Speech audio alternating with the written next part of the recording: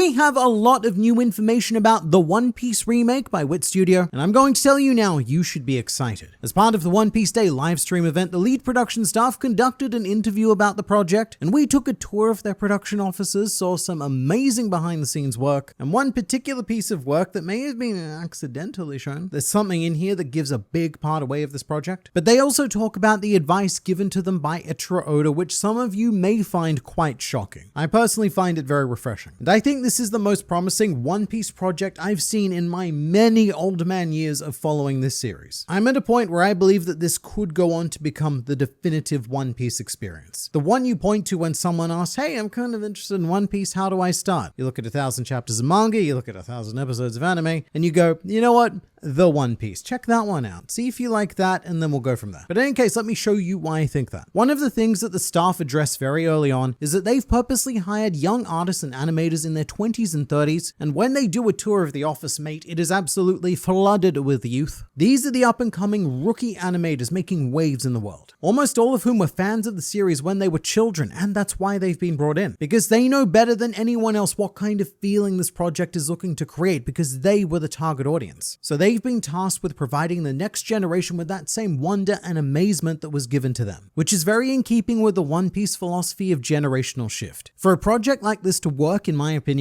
we do need to move away from the established tropes and practices of the Toei anime, a company that is plagued by conventions that they simply refuse to part with. For example, even now in, 2024? Even now, Toei are still using the same sound effects library that they were using for Dragon Ball almost 40 years ago. In almost 4 decades, there has been almost no innovation. It really is time to move on. It is past due time to move on. We are in a new era now, which is reflected in this project as every major staff member in a position of leadership is an Attack on Titan alumni, which is arguably the single series most responsible for bringing anime into the mainstream Western world. Before Attack on Titan, many people couldn't even tell the difference between anime and hentai. That's what Attack on Titan did for us. And what I love is that the Wit Studio team start this interview just by completely geeking out over One Piece. One guy tells a story about how he cried while reading Marineford. Another one explains why Smoker, of all people, is his favorite character. And one of them even has Jinbei as his social media profile picture because he loves the fishman. Which is to say that these aren't just, relatively young professionals at the top of their field doing another job. They're fans with a genuine passion for the source material. And that passion is felt within the entirety of the staff, which is going to significantly elevate this series. The lead character designer even explains that he spent 2 months straight locked in a room studying Oda's artwork, attempting to replicate and understand it, which is the process of every branch of the arts. First you learn, then you master, then you innovate in that order. If you try to innovate too early, usually doesn't go well. And interestingly, that's not how a lot of anime begin their process, even ones that are based on manga. Generally, they do use the author's work as a rough guide, but most studios very quickly switch to their own in-house style, which sometimes works and other times loses a lot of the identity and depth intended by the original author. So to be clear here, they're not trying to copy Oda's style, but they are attempting to learn and master it so that they can go on to innovate and express themselves on top of that, to use Oda's work as a fundamental base layer. And something that I'm not sure they intended to show was a staff member drawing a piece of concept art inside of Laboon, and this is big news, because as far as we were aware, their current plans were initially to adapt East Blue and see how things go from there. But they're clearly already looking beyond that and into the Grand Line, which I think shows the sheer faith that this company and everyone financially backing them has in the show. And we are then dumped with a lot of magnificent concept art. And the level of detail in this pre-production is astonishing. There are whole pages of just like food and dining items and furniture from Kaya's mansion, as well as amazingly detailed interiors where the function of every object in space is accounted for, even though most of them won't ever be used by the characters, and it's background detail that will probably go largely consciously unappreciated. But it's about building that next level of immersion, because unconsciously these settings are going to feel a degree more immersive and tangible than the Toei anime, which has always had to work on this extremely tight weekly schedule, and has never really had the luxury of expanding and dwelling upon elements like this, especially because they didn't even have the full context of the series when One Piece began. Wit Studio, knowing where One Piece is going, can retroactively add so much that Oda brought to the table later on. And they're also thinking about the functions of the locations themselves. For example, how does this village sustain itself? What is their main source of income and such? Which to a lot of you might sound like unnecessary unnecessary over-the-top thought. I mean, who cares about the industry of the village? And to which I say, mate, we are only at the base of the over-the-top mountain here. They have gone so far above and beyond to something frankly insane, which we'll get to. But thinking about industry seriously impacts aesthetics and the atmosphere of each location. Say if you decide that one location is primarily a fishing village, then all of a sudden you have a very clear blueprint for how to radically distinguish that location from another that focuses on dairy farming. And that is one criticism that I do tend to hear quite commonly about early One Piece, in both the anime and the manga actually. It's that the East Blue locations all feel a bit too similar, Baratie excluded of course, but the rest of them do feel like they lack the distinguishable identity that later islands would bring. Which isn't a fault of Oda by any means, he was just so young when this manga began. But what I really like is that the One Piece remake is bringing that modern level of One Piece thought and detail to these earlier locations. At one point in the video, they interview one of the prop designers and she has this stack of French cookbooks on her desk, which I find really cool because she's researching for how to dress Baratie. And it's not just about bringing Oda's initial detail to life. It's also about adding to that and putting their own spin on this world, which is something that Eiichiro Oda actively encouraged. In this interview, we're told of his message to the Wit staff, which was not to focus so much on making an adaptation faithful to the manga. Instead, what they should do is digest the manga and make the One Piece in their own style, as an expression of their own. Which is the thing that makes me most excited to watch this project. Because it's not just another reanimation of East Blue. It's not just a one-to-one adaptation of the manga panel by panel. We have that sort of in Toei. This series is supposed to have its own unique and fresh perspective on this story and this world. But in terms of adapting the manga, there is a concept image of Sanji and a very bloodied full body which intrigues me a lot, because it looks like this project isn't going to have the same censorship concerns that the Toei anime had, and honestly does still have. One example of this that I think about every now and then is that in the Toei anime, they never showed Luffy stabbing himself in the face. So if you watch the Toei anime, you never actually find out how Luffy got that iconic scar under his eye. Assumedly because they didn't want to encourage children to stab themselves, because that's the cool thing that the main character did, who we all love. But it's pretty wild because this action is the very first thing we see of Luffy in the manga, and it immediately establishes him as an unbelievably determined, albeit currently somewhat misguided figure. Which is why when at the end of chapter 1, this child says, "I'm gonna be the Pirate King," despite the fact that he's a child, you believe him. Because you already know how far he's willing to go. It's all the way. And I think that's great because Toei have always been hindered by censorship, not by their choice, but by network choice. Primarily because One Piece has always been programmed into kids' TV time slots, and as a result, it has had to sacrifice a lot. And it's not just about being edgy and going, "Ooh, I want more blood, so many more bloods." It's about the actions that generate the blood. Like say Zeph severing and eating his own leg, which wasn't in the Toei anime and still causes so much confusion today amongst fans. Every time I say that Zeph ate his leg, there is always someone in the comments who is like, actually, Mr. Internet Man, he didn't. Instead, his leg got incidentally caught and severed underwater, which I think loses a lot of the impact because it takes the decision away from Zeph. So I'm very excited for an adaptation that is actually allowed to explore the full depth of the manga. Now, something insanely exciting that Wit Studio have been creating are fully explorable 3D maps of entire cities, which again, absolutely wild. The example we get shown is of Shellstown, where they can freely explore the location and play around with camera angles to find all of the most interesting shots. They can put the camera just wherever and see, oh, that creates some unexpected niceness. And I want to emphasize that this doesn't mean that the One Piece remake is going to heavily rely on a lot of 3D animation. To my understanding, this is just a tool that allows them to roughly explore what kind of shots are possible, and then use that as a guide to replicate them in 2D animation, instead of just having to copy the manga one for one. And another thing that really excites me from the concept art is the focus on lighting. The original anime has a very charming, flat, vibrant style that definitely works in its own way, but whenever there's a special One Piece anime project like a One Piece film, all of a sudden a lot of care and detail are put into elements of depth like lighting, which significantly elevates those projects and always makes me crave that level of attention for the actual series. And to be fair, from Wano onwards, Toei have been exploring this a lot more. In particular, any episode directed by Megumi Ishitani is practically directed by lighting, because she's really not afraid to go all out with color, angles, and really embracing the idea of darkness as a canvas to sculpt light. which may very well be the wankiest thing I have ever said on this channel, but it's true. And this seems to be more the direction that the One Piece is going in, taking these rare Megami Ishitani episodes as a test run for what a full series could look like with this style. Now, there has been a bit of controversy on the internet about these concept images and people getting a bit confused about exactly what it is they represent, which is not helped by a lot of official media outlets like IGN, for example. They posted an article claiming that these were a first look at screenshots of the new anime, which they are not. They're concept art. It's incredibly misleading because now there's a lot of people out there who believe that this is how the anime is going to look. Again, is not. These washed out, sketchy watercolor images are more about creating a guide for shapes, depth, and shots. A proof of concept for the kind of vibe they're going for. And then we have Twitter being Twitter and complaining about how light-skinned the characters are, especially Usopp from this concept art alone. But all of this is because of what I said earlier. The lead character designer thoroughly studied Eiichiro Oda. And Oda's work very early on with colors was this incredibly washed out, almost pastel-like storybook kind of atmosphere. And to me, all of these concept images and character designs are trying to recapture that feeling whilst also expanding on the root of One Piece. The actual anime will not look like this. This is just the base. The anime is going to be vibrant as crap. And right now, it's kind of like looking at the concept art for Lord of the Rings and going, mate, I can't believe that Peter Jackson is going to film this whole trilogy in black and white pencil. That is a bold maneuver. But again, to be fair, a lot of places are incorrectly referring to these as screenshots, so I guess the confusion is understandable. Now, one thing that is not addressed in this interview video is the issue of voice actors. We still have no confirmation on whether the original cast are returning for this project or whether they'll be getting a whole new cast. For my personal opinion, I think we do need a completely fresh set of voices. The OG cast are beyond iconic, especially Luffy, Usopp, and Chopper, but if this series is intended for a new generation, then I think what we need to be doing is creating new icons. The original cast are now in their late 50s to early 70s. Some of them are in their mid to late 80s. And so they are now the Whitebeards, the Rogers, and the Garps of this industry. And I think it's time for the next generation to take the stage, just like what they're doing with all of the artists and animators. I mean, Mayumi Tanaka, who plays Luffy, will be at least 70 years old by the time that this anime comes out, just the first season of this anime. And she's exhausted. She's done interviews where she said that she has wanted to retire for quite some time now, and that Luffy was going to be her final role. And so I just can't imagine a 70-year-old Mayumi Tanaka signing up to essentially begin that whole journey again. And to be incredibly blunt and morbid, if this series is successful, I think there's a depressingly decent chance that a lot of the original cast won't even live to see it completed. There's a very depressing chance that many original cast members won't live to see the original Toei series completed, like say Dragon's voice actor, who is 87 years old. So there will never be a better opportunity to cleanly pass on the torch than this anime. And you could do so in a really cool way by giving the original cast the older mentor roles of the series. The ones that they now actually fit, like say make Mayumi Tanaka Dr. Kureha, or give Nami's voice actor the role of Belmare, and so on and so forth. But one comment I have been seeing far too frequently is the suggestion that Wit Studio should just reuse the original Toei audio because it's right there. Why bother just re-recording the same lines again? Seems counterproductive. And I think that this take is beyond insane. Primarily because Toei doesn't even use the original Toei audio when they do remakes of their own episodes. Like say the episode of Nami and the episode of East Blue. Together with the original anime, that's 3 times that they've done the Arlong arc. And each time it was re-recorded to reflect the different nature of the project. Also, this isn't something that people notice as much as animation, but the audio has aged significantly as well. The reason why you don't notice it is because the 25-year-old audio is paired with the 25-year-old animation, so it feels very natural. But as soon as you take that audio and set it against modern animation, mate, it's gonna feel pretty out of place. It's also completely counterintuitive to the point of the project. Remember Oda's advice to the team that I gave earlier? He told them not to just copy and paste the work that's been done. Don't just recreate something that already exists. You need to add your own expression. Those are Oda's words. And reusing the Toei recordings would be doing exactly what he told them not to do. It would be quite literally copy and pasting. And how are you supposed to express yourself, your own unique voice, when you're locked into decisions made by voices back in the 90s? And really, no one can give me a good reason as to why we should stick with the original voice actors other than,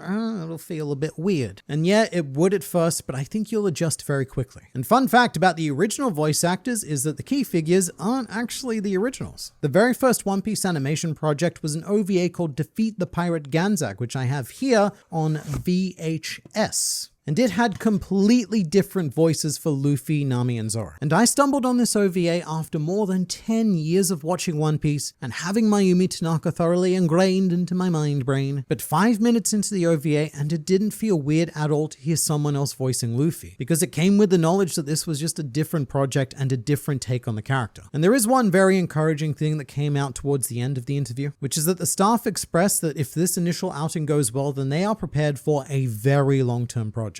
Which is exactly what I want. I don't just want another take on East Blue. We've had enough of those. Although I do wish we had more information about a release date. At the moment, everything we're seeing still seems very early on in the process. Although I'm still hoping for a 2025 release, probably late 2025, which would be a pretty wild year for One Piece with season 2 of the live action coming out as well. But I don't know, everything's still up in the air. And you let me know what you think about the One Piece anime remake in the comments below, which I may or may not read.